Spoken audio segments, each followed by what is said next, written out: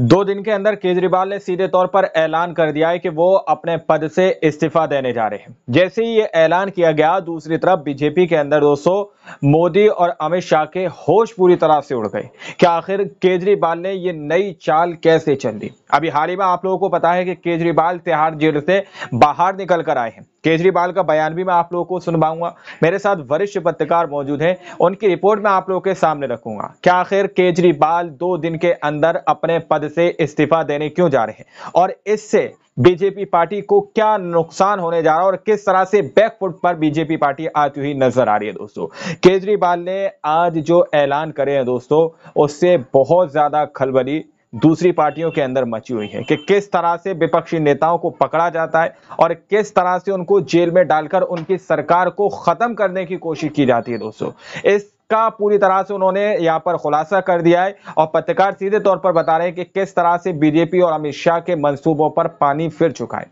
आइए इस रिपोर्ट को आप लोग देखिए और समझने की कोशिश कीजिए। दिल्ली के मुख्यमंत्री अरविंद केजरीवाल बड़ा धमाका कर दिया है उन्होंने और कहा है कि मैं अगले 2 दिनों में इस्तीफा दे दूंगा। 2 दिनों और के अंदर केजरीवाल के इस ऐलान से मोदी शाह के होश उड़ गए हैं, बीजेपी बैकफुट पर आ गई है।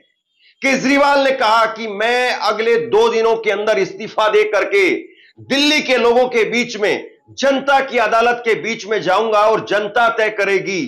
और जब तक जनता मुझे निर्दोष साबित नहीं कर देती है, जनता जब तक मुझे दोबारा दिल्ली की कुर्सी पर बैठने का आदेश नहीं देगी, तब तक मैं दिल्ली की कुर्सी पर नहीं बैठूंगा। तब तक दिल्ली की इसके कुर्सी साथ पर साथ नहीं बैठेंगे। केजरीवाल ने कहा कि चुनाव केजरीवाल नवंबर में महाराष्ट्र के साथ होने चाहिए। उन्होंने क्या कहा है वो भी आप लोग अभी अब ये सुनिएगा। तकरीबन तय दिख रहा है कि अरविंद केजरीवाल इस्तीफा देंगे।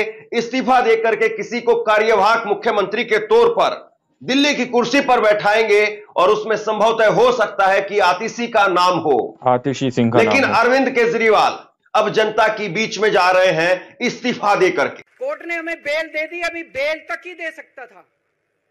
अब ये सुनिए केजरीवाल ने क्या कहा यहाँ पर, गौर से सुनिए केजरीवाल की सारी बातें। मेरा दिल कहता है कि जब तक ये मैं कोर्ट से बरी होके ना आ जाऊं तब तक मैं सीएम की कुर्सी पे नहीं बैठूंगा। उन्होंने कहा जी ये 10 साल चलेगा केस, कोई कह रहा है 15 साल चलेगा केस, कोई कह रहा है 20 साल चलेगा केस।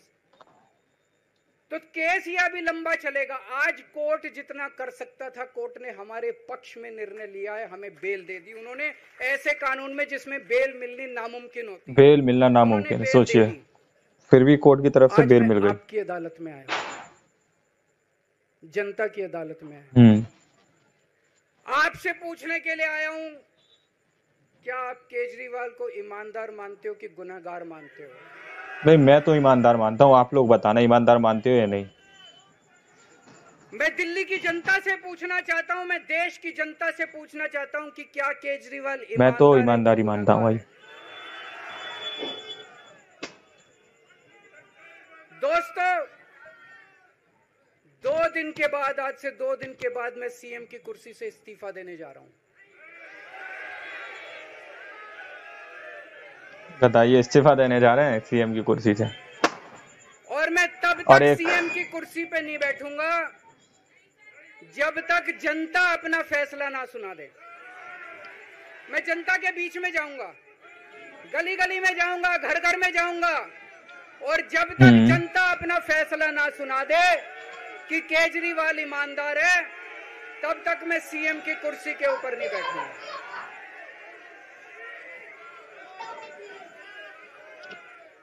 केजरीवाल ने कहा कि मैं चाहता हूं कि नवंबर में ही चुनाव हो जाए, नवंबर के अंदर चुनाव हो जाए, और अगर आपको लगता है कि मैं ईमानदार हूं तो बड़ी संख्या में मुझे वोट दें। मैं अब चुने जाने के बाद में ही मुख्यमंत्री की कुर्सी पर बैठूंगा। चुनाव फरवरी में होने हैं। मेरी मांग है कि नवंबर में महाराष्ट्र चुनाव के साथ में ही दिल्ली में चुनाव करवाए जाएं। चुनाव होने तक पार्टी में कोई और मुख्यमंत्री रहेगा। अगले 2-3 दिनों में विधायकों की बैठक होगी जिसमें अगला सीएम तय किया जाएगा। अगला सीएम तय किया जाएगा। सुनिए क्या कहा। कंडीशंस लगाई हैं, काम नहीं कर पाएंगे। पिछले 10 साल में इन लोगों ने कंडीशन लगाने में कोई कसर छोड़ी थी? बिल्कुल सही बात है, कोई कसर छोड़ी थी? केंद्र सरकार ने 1 कानून, 2 कानून, 3 कानून, कानून पे कानून डाल के मेरी पावर छीन ली। पर आपके काम बंद नहीं होने दिए मैंने। ये कंडीशन हमारे लिए कोई वो नहीं रखती, कोई हमारे लिए अड़चन पैदा नहीं करती। ये कंडीशन, इन कंडीशन को भी देख लेंगे, लेकिन कंडीशन को भी देख लेंगे। बिल्कुल, मैंने अपनी जिंदगी में ईमानदारी कमाई है। अगर आपको लगता है केजरीवाल ईमानदार है, ये बात बिल्कुल सही है। वोट दे देना मेरे पक्ष में। चुनाव के बाद सीएम की कुर्सी पे जाके बैठूंगा।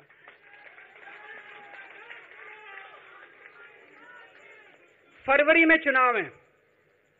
आज इस मंच पे मैं मांग करता हूं कि ये चुनाव नवंबर में कराए जाएं, महाराष्ट्र के साथ कराए जाएं, तुरंत कराए जाएं चुनाव। और जब तक आपका फैसला नहीं आएगा तब तक मैं जिम्मेदारी नहीं संभालूंगा। और मैं जब तक चुनाव नहीं होते, मैंने जैसे बताया 2 दिन के बाद मैं अपना इस्तीफा दूंगा। जब तक चुनाव नहीं होते तब तक मेरी जगह आम आदमी पार्टी से कोई और मुख्यमंत्री बनेगा। अगले 2-3 दिन के अंदर विधायक दल की मीटिंग होगी और विधायक दल की मीटिंग में अगले मुख्यमंत्री के नाम का तय किया जाएगा। लेकिन इस सबके बीच में एक बड़ा सवाल जो लगातार अरविंद केजरीवाल के जेल जाने के दौरान उठता रहा कि वो जेल चले गए, इस्तीफा क्यों नहीं दे रहे हैं? क्योंकि अरविंद केजरीवाल पहले ऐसे मुख्यमंत्री हैं आजाद भारत के जो मुख्यमंत्री रहते हुए जेल में गए और जिन्होंने जेल से सरकार चलाने का काम किया।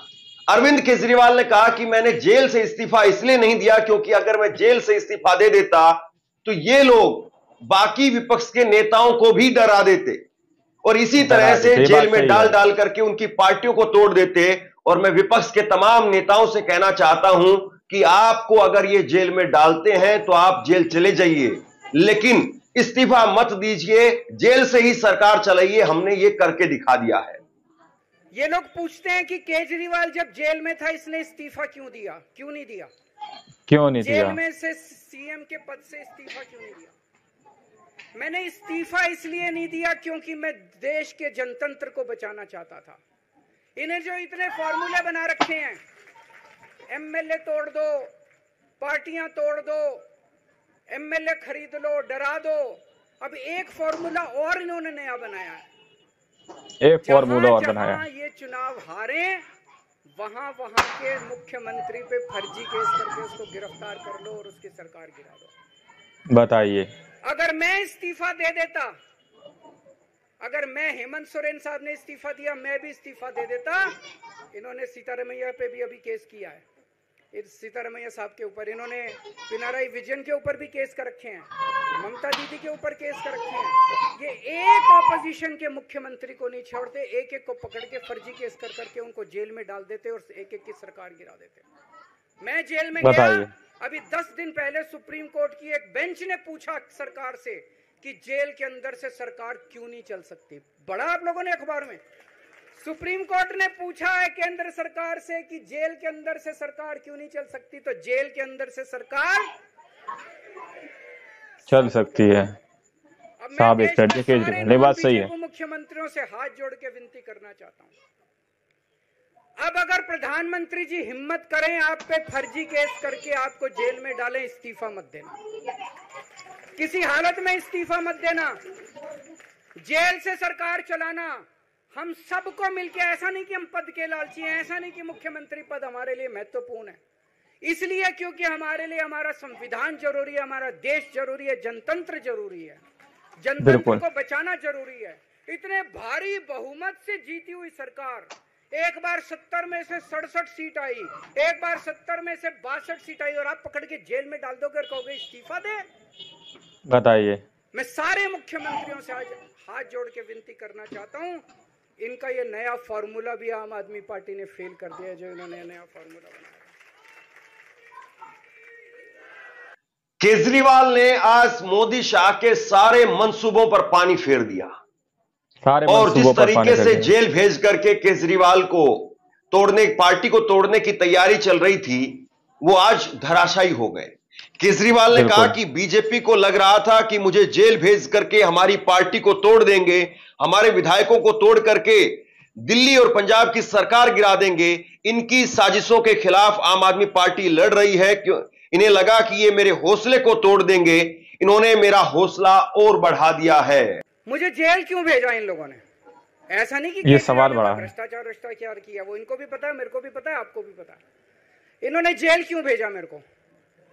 इनका मकसद था आम आदमी पार्टी को तोड़ना। इनका मकसद था केजरीवाल के हौसले को तोड़ना, केजरीवाल की हिम्मत को तोड़ना। इन्होंने फॉर्मूला बना रखा है।